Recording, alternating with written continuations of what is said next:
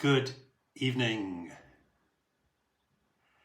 Good evening, beautiful people. My name is Liam Kennedy,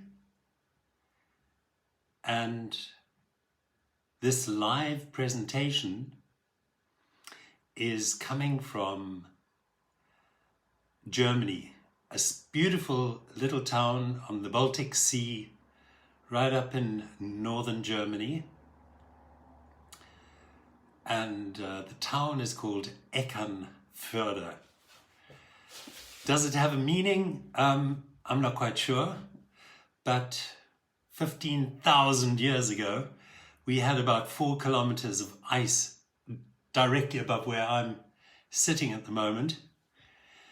And that ice shield basically carved out a fjord. So perhaps Eckernförde. Yeah, we're close to the Danish border, and I'm a keen sailor, and that's a good reason why I live here. There's lots and lots of water. So I'm just waiting a moment or two, as my family and friends log into Facebook Live. At the bottom of this live presentation is a comment bar, and it would be wonderful if you could type in your name.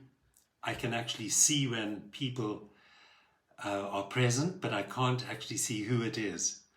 And this monotone of just talking to a screen is difficult enough. It's so much more exciting, so much more dynamic when, you know, that I see or I know who it is that I'm talking to. Anyway, so yeah, please comment at in the comment bar at the bottom. As a description of this presentation this evening, I always take the opportunity to read some of the new work which has been written in the course of the last 14 days. And in this summer, the amount of work has definitely reduced. There are just a couple of poems that I'm going to be sharing, new poems I'm going to be sharing with you this evening. And on top of that, I've got my books, and I thought this evening I would dig out some poems on nature. I'll be reading nature poems. Michael, very good evening. Wonderful. Nice to see you. Pleasant. And William Jones. William, where are you from? I'm here in northern Germany, about to read some poetry. Now, if you're watching poetry, somehow the poetry bug must have bitten you in the course of your life. We all had poetry back in the old days at school, and for some it was more an arduous task than one which shared joy and fulfillment. And the truth is, poetry can be 1,000 different things to 1,000 different people. And I have discovered in the course of my writing over at least the last decade, consistently writing, that again, words reveal themselves in different issues. Margaret, what a pleasure. I love it. My old school friend. Margaret is here, an expert in English. What a pleasure. Yeah, so before I get stuck into nature poetry, as I said, I always use this opportunity to read a little bit about the poems I've been writing in the course of the last week. And here, these poems that I'll share with you are more sublime. And I today received a wonderful compliment. A wonderful compliment for a poet is, Liam, I have read and reread your poetry, your poems many times. And for me, that the joy of that is that when you reread a poem, it means that something in you resonates with what it is that you have read. And it remains in your head. Something niggles and squiggles and tickles. And this sublime idea is wonderful, because if it springs from the black and white letters off a page or a screen, and within it you discover something which resonates with yourself, that is a magical moment where you've gone from a medium and something in your own very nature has clicked. You've recognized something which is already yours, but the sublime in the poem has brought that to awakening. And to return to the poem, to read it once again, means that you are searching for what it is that's actually happening within your own soul, in your own mind. That, for me, is magic. Words paint pictures. They do, Carol. Lovely that you're there this evening. Let's begin. And this first poem is called A Star is Born. The metaphor here is, I had the crazy idea of actually being on a journey and a shooting star landed next to me, and I became involved in this conversation or exchange of thought, of ideas. And this poem is what came out of that idea. A Star is Born. So when listening to poetry, I always say, use what I call your divergent focus. Divergent focus is nothing other than leaning back, closing your eyes, listening with astute and clear thought to the images and the words that you hear. Turn off distraction, should you have any around you, music or television, and try and let the poem pick you up and take you on that journey too. So, here we go. It was in twilight, far beyond, a shooting star its place had found. It landed near whilst on my path, to find the start of a life-filled dream, in which joy, love, and free felt true would live in peace, the dove you too. Still spinning around inside my head, long after having gone to bed, to position this cosmic shooting flash within the wilderness of chaos and dread. This star stole my mind that night, returned with it to weave and find the source of light, of peace of mind. We crossed an ocean called sanity. We climbed a mountain called doubt. We gazed amazed, then to behold the waking thoughts of my newborn day. The light had found in me a way of being the source from whence love flows, of being alive in all we know, of life a dream grown in starlight's womb, of becoming the truth, being the greatest of whom. So there that subtlety is the starlight in capturing and carrying my thoughts with it across a sea of doubt, beyond a mountain of sanity, and from there gazing into the waking thoughts of my newborn day. The light actually enabled the seer, the speaker, the dreamer to recognize in the dawning of a new day, the light had found in me a way of being the source from whence love flows. Good. Sublime, sublime. You need to read it a couple of times. The second poem is called Sublime. Imagine, it's called Sublime. Right.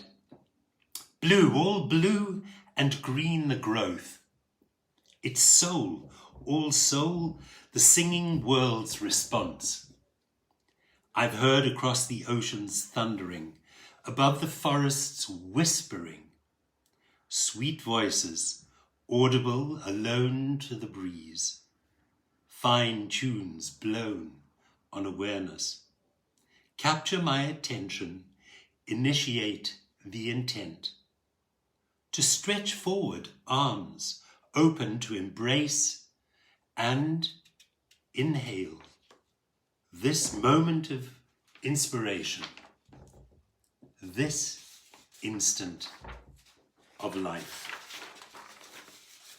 We are this which we perceive. Our colors change too with each awakening. As flowers we bring wonder to the world.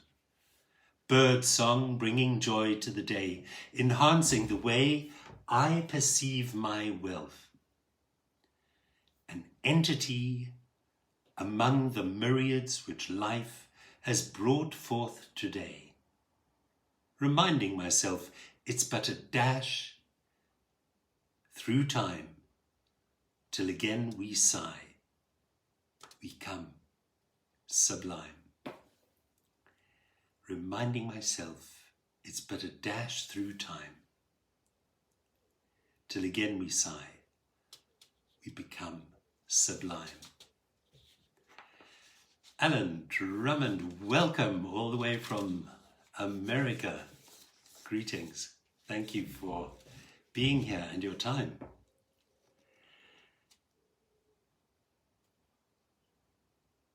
Martina, wonderful. Thank you for being here. Yeah, let me continue. We've just read 2 poems so far. This third poem is called, these are new poems which were written in the last 14 days. So this one is called Falling in Love. And I think all of us, it's such a beautiful part of our human nature that we can fall in love. And we fall in love when we're young. And we can also fall in love when we become older. And we can be in love with our spouses, our partners. And we can love our children. But most importantly, the source of all of that love springs initially from a deep sense of self-worth and self-understanding. Something quite different to egotism, because it's not an egotistic love. It's a selfless sense of awareness, which I'm talking about. So falling in love. You have loved life. Within this seen the colors unraveling in your heartbeat. When I was touched by it, my chest bunched up with a thumping beat. My excitement became ecstasy, which spun away on rationality. This madness spoke in wild, radiant colours too. Thoughts scattered, blown birds lifted high on thermals of excitement. These entered the circle of your energetic radiance. It's beautiful what you do to me. Alone moonbeams on your skin. I feel through the reflection in your eye. Could it be?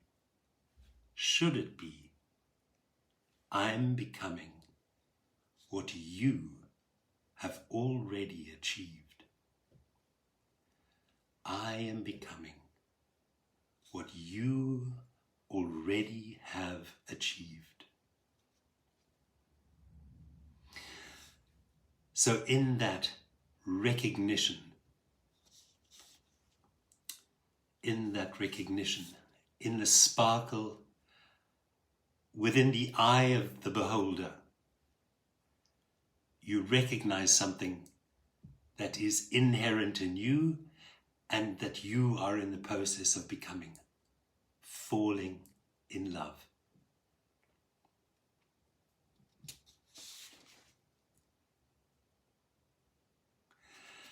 I'm going to read this. This will be the last one, and then I'm going to return to the book. Be it.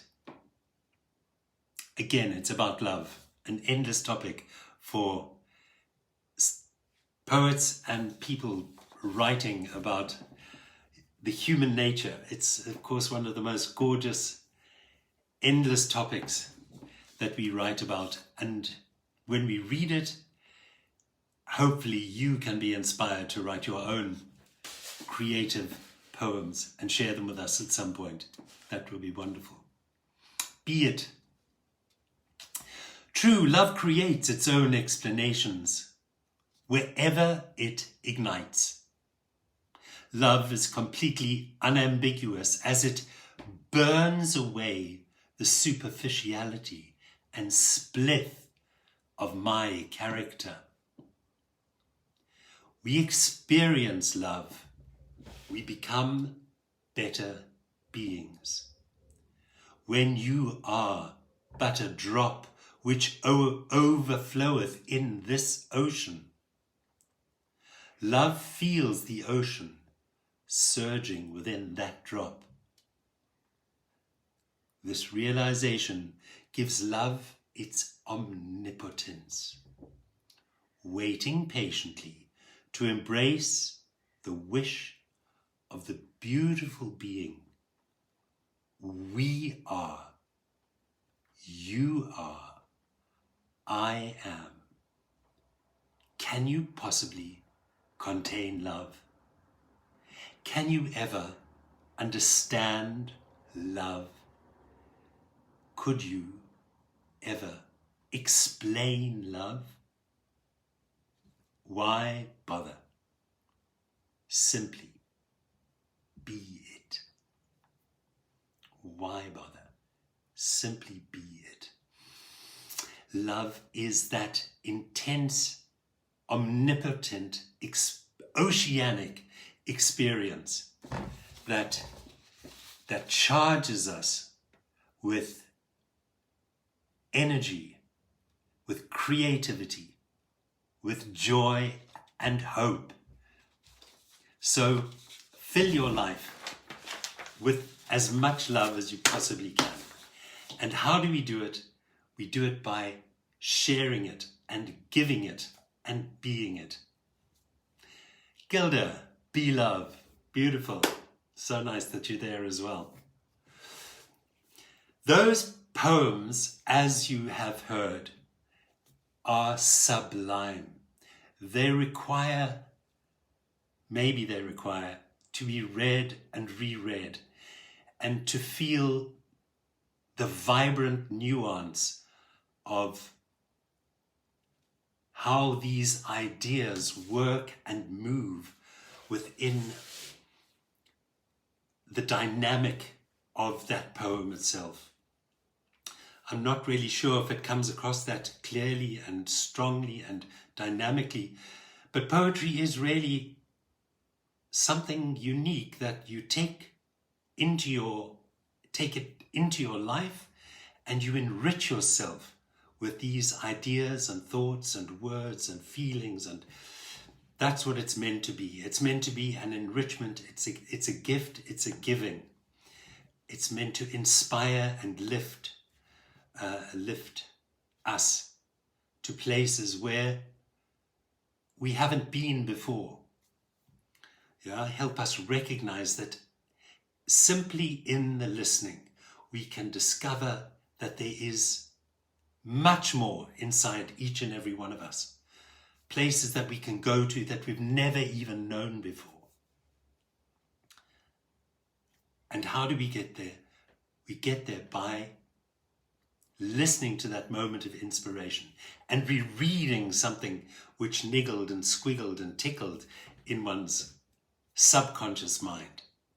Looking for what was it? It's something in me, yeah? All the poem does, the poem ignites the idea in you. This is the new hardcover book. It's awesome. It's beautiful. It's fantastic. I am so thrilled. I'm so proud. And I will have the other books as well. Here they are. I will have them also available soon to be bought, should you be interested, as hardcover copies. So I mentioned earlier, I was inspired to read a little bit about nature poems. Nature poems, I think, are for all of us so much easier to relate to than these more sublime poems. And at the beginning of each of these chapters of poetry, I've got a chapter called Nature, and there contained within are poems specifically on nature. I'm going to read a couple of those poems. And whence. Good evening. What a lovely surprise. An old classmate. Great. I love it. Welcome. Thank you for your time. Yeah, so I'm just starting to read some poems on nature. But at the beginning of each of the chapters in this book, I have written a quote. And this beginning chapter, it's called About a Seed. After planting a seed, you cannot eat the fruit. The idea is we plant a seed, and a seed needs the time to grow. And the metaphor here I now relate to ideas, new ideas that we pick up in our own thinking, that they require time to grow before we can reap the rich fruit of unique and new ideas. So here we go. After planting a seed, you cannot eat the fruit. First, prepare your mind to set the seed. The magic then happens while we grow. This will take time and perseverance. It's the light we strive towards, the soul we drink from, and the wisdom we are nourished by. Before sharing, let your fruit ripen in the warmth of your heart. This abundance is to be shared, for you are always enough. So, also, taken directly from neuroscience, everything begins initially with a thought.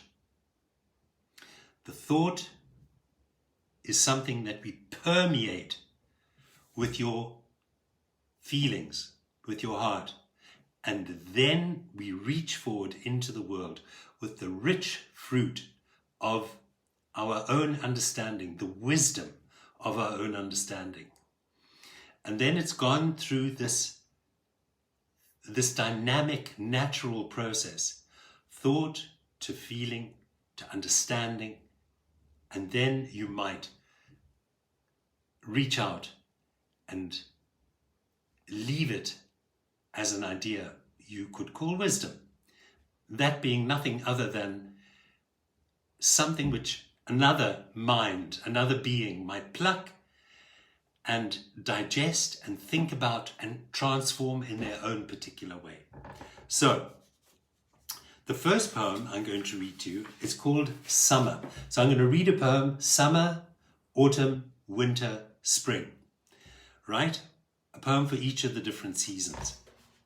So easy to relate to. We're in summer, you in South Africa are just at the end of your winter. I know everyone's so looking forward to the warmth once again. And here we go. This is still directly out of my summer today.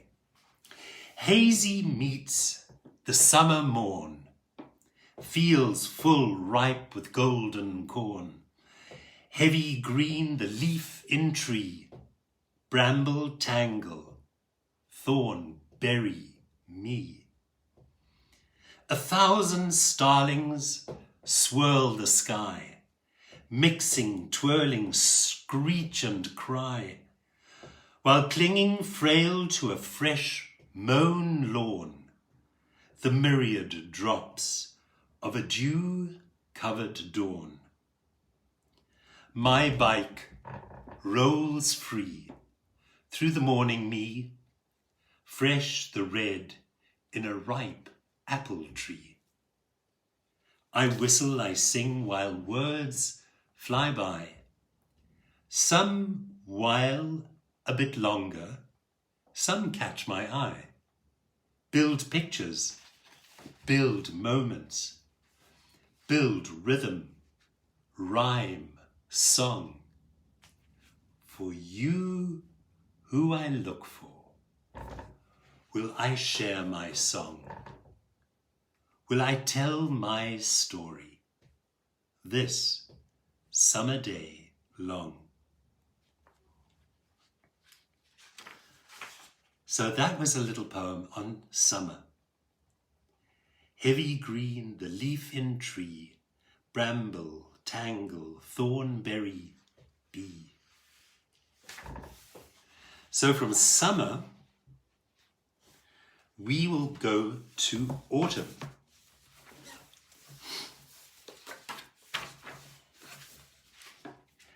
Again, this poem I wrote quite a number of years ago, but I love it as well. It's so descriptive. Autumn. Gilda, thank you. Autumn. Autumn's gold nips chilly at my fingertips. Pale blue spreads fresh across an open sky. A lark sings cheerful echoes passing by. Peaceful captured moment, morning, here am I. The beech crown sheds its leaf so slow, golden treasure scattered freely far below, while chestnut throws in handfuls free, brown, round nuts, seeking happy children find with glee. The wild rose reds and mauves now dry, its fragrant, perfumed memory still paint my inner eye. While rose hip swollen buds await the fearless touch from those whom thorns and jelly mean so much. Fields fresh shorn, grain set free, harvest past let merry be, the folk, the farmer, you and me. It's time to take a cup of tea. Autumn's churning chime, the season here to be. So there you are. That's we've gone from summer to autumn. The beech crown sheds its leaves so slow, golden treasured, scattered freely far below, while the chestnut throws in handfuls free brown round nuts, seeking happy children, find with glee.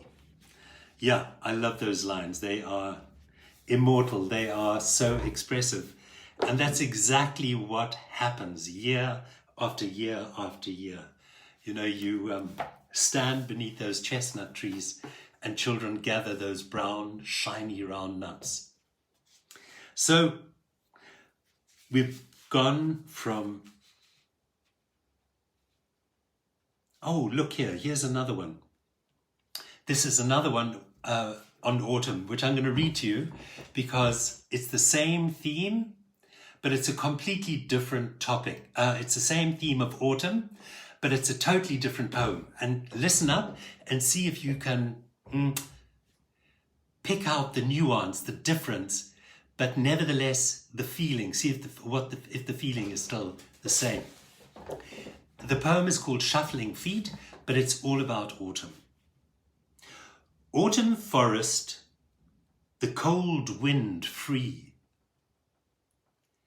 Trees throw golden leaf to me. The trunks stretch tall, trying touch the sky. I walk, mind my step, my eye spies the sparrow quick, flying home to nest. The bushy squirrel's tail leaps from branch to quest. The acorn, chestnut scattered wide, scattered free, to gather quick and then to hide. For winter's bleak frost storm soon breaks, the joy which autumn here creates. Now in this all I'm free to treat my whistling tune to the shuffle of my feet.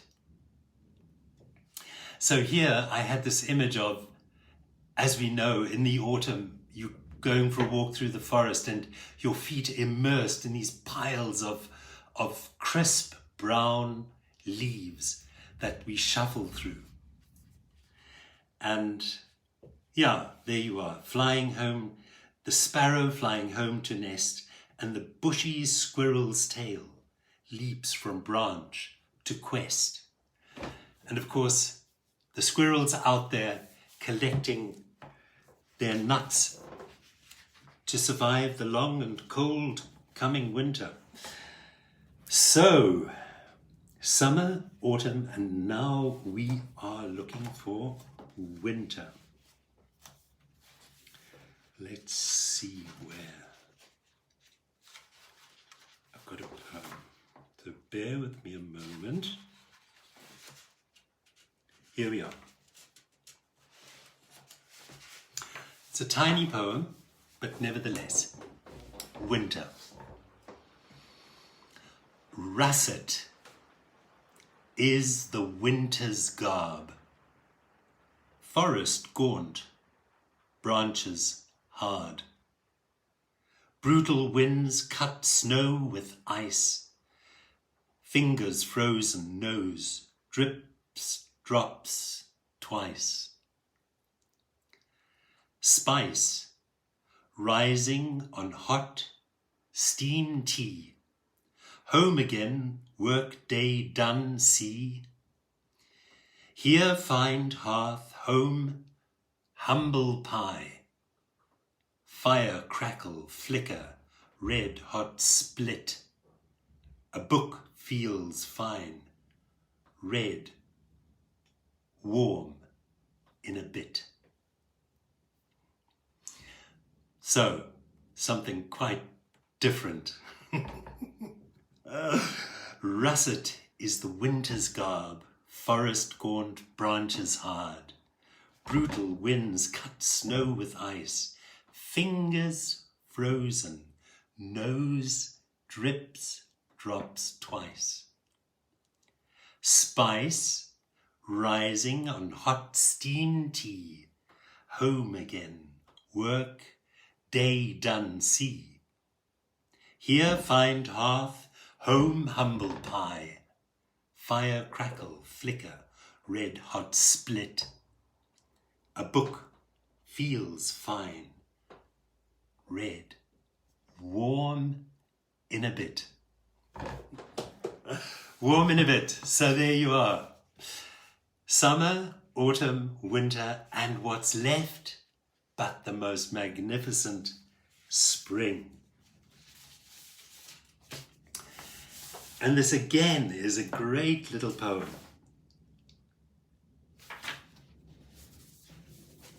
So I need to have a sip.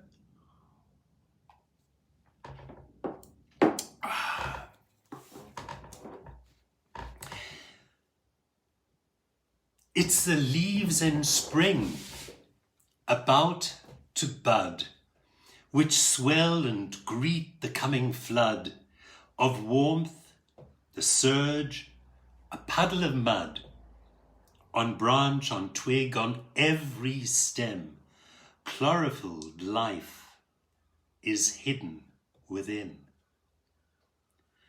A waiting blossom, a patient leaf, an insect becomes the quiet thief, will furl its wing, take to the sky.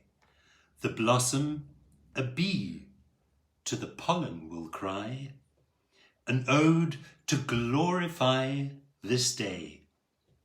It's spring again, it's life anew. It's bud, blossom, and green leaf too. In this all-abundant day, we rejoice, we laugh and say, yes, yes, yes. The beauty of life is true. So that's spring, isn't it? Yeah, on branch, on twig, on every stem, chlorophylled life is hidden within. A waiting blossom, a patient leaf, an insect becomes the quiet thief, will furl its wing and take to the sky. The blossom, a bee to the pollen, will cry, an ode to glorify this day. There you are. Well, everybody, the time is almost up, but I did want to still read a poem to you. Of course, we could, in the past 2 or 3 weeks, you could just type me a number between 1 and 212. The third book has got 212 pages in it, and intuitively I could then read everybody your poem for today that you intuitively, you could just choose one off the top of your head. Robert Stevenson, wonderful, welcome. Great, here we go, I've got it. I'm just going to write this down. Give me a number between 1 and 212. So Gilda, 123. Anna, 88. Anybody else? Feel free, and I will. Lorraine, Astra for Mark. Welcome. I'm reading poems which you can choose yourself. Just give me a number and I will turn to that page and read to you directly from the book. Yeah? So I'm going to start with Gilda in Johannesburg.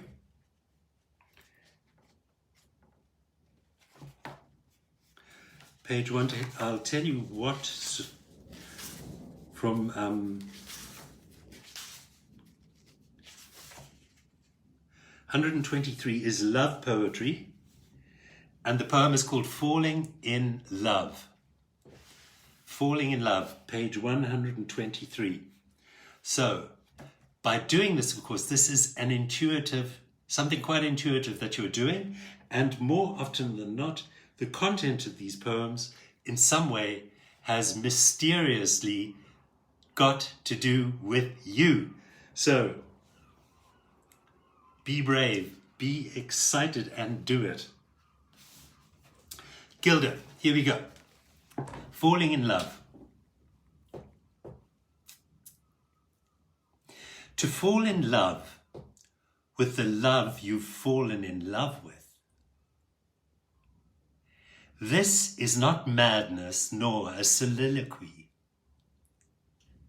It's me, the universe and God, in quiet conversation, each sharing the quintessential idea of now, in a way which requires reflection, creativity, selflessness.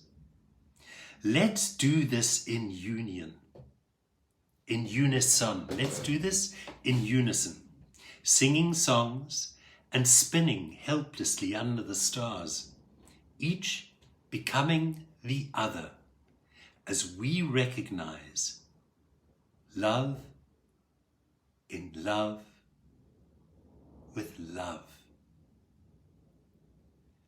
Love in love with love. So the essence of this poem, as it says, this is not madness nor a soliloquy. It's me, the universe and God in quiet conversation. Love in love with love. Each sharing the quintessential idea of now. Each sharing the quintessential idea of now. So that was page 123, and now I'm going to Anna. Anne waits. Greetings, Anne. What a pleasure. 88. Let me tell you on page 88. Page 88 is inspirational poetry. So, anybody else? 88.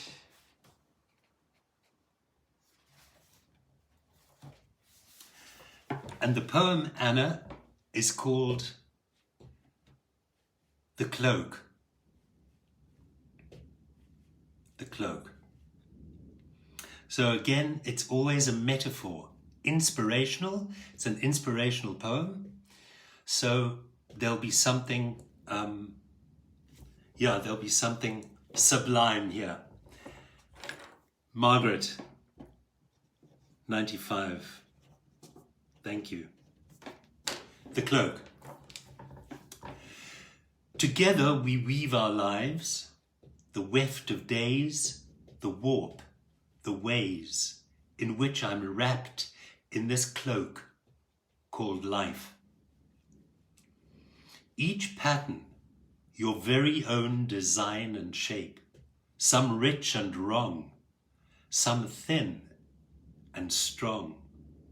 Yet when our weaving waits, anticipates the hand of God, upon which craft divine creates a cloak of gratitude superb, to feed this life in every word, in every corner clear is heard. Be who, be you, be true. So, as you can see, these poems are very intense, and you need to come back and read them again. I try and pick out one or two lines of the poem which, in a way, personify the deepest intent of what the poem is sharing with you. Again, the cloak, the weft of days, the warp of ways in which I'm wrapped in this cloak called life. Each pattern, your very own design and shape, some rich and wrong, some thin and strong. So each of us create the cloak of life that we live with, that we wrap around ourselves each morning when we awake and we move into our life. Yeah?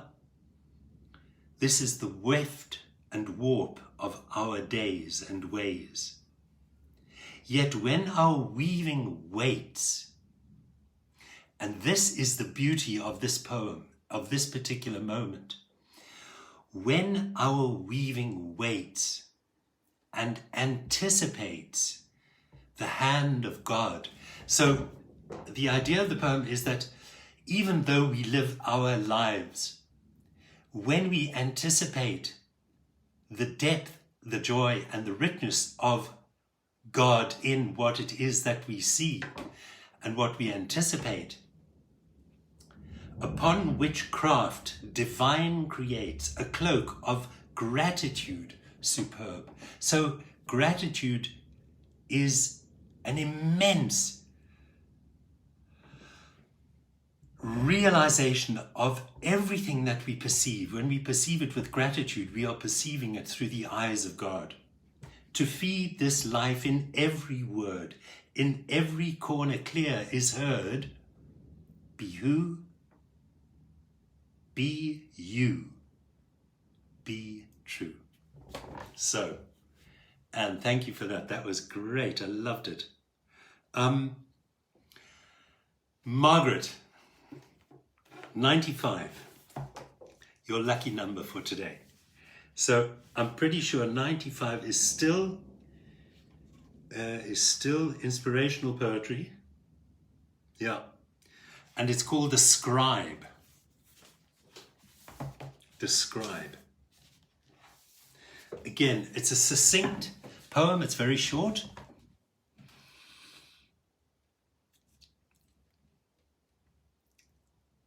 Okay, The Scribe. Take you this feathered pen to the black liquid ink. Think, hold quiet your soliloquy, for the lines you here create form words which manifest the mystical, capture thoughts which personify the unimaginable. With love, what more? Fulfills my need to write. In symmetry, scribe this poetry.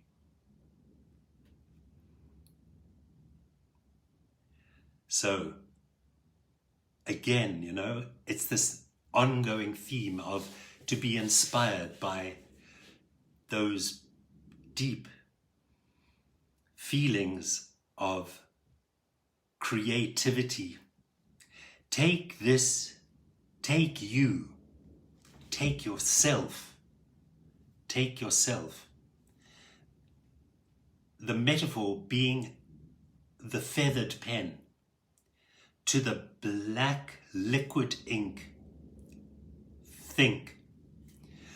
So here what the poem is saying is that use your thoughts, the creativity within your own thinking. Hold quiet your soliloquy. Hold quiet your own deep conversation as to what it is and why it is and where it is that you are communicating with the world, with life, and with everyone within it. For the lines you here create, these are the lines of your own thoughts, form words which manifest the mystical. So from these inherent thoughts in your own conversation, your own soliloquy, words, thoughts, ideas personify the unimaginable. Meaning you create something which was not there before through the power of your own imagination. with love. What more? Fulfills my need to write in symmetry. Scribe this poetry. Succinct, yeah. Everybody, thank you 1,000 times for your precious time. It's such a gift to share this. I appreciate it immensely that you like just to listen to these words that I write. Anybody else like a poem? I would be more than welcome, more than happy just to thank you. Yeah. Anne, what a pleasure. So, I am going to choose a poem out of this book. And this is a poem I'm going to read intuitively for my audience, which is you. Okay? And that we will bring it to the end of the day.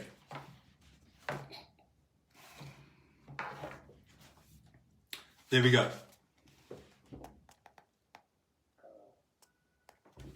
Okay?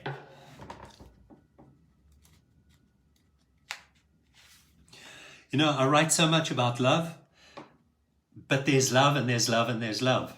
Yeah?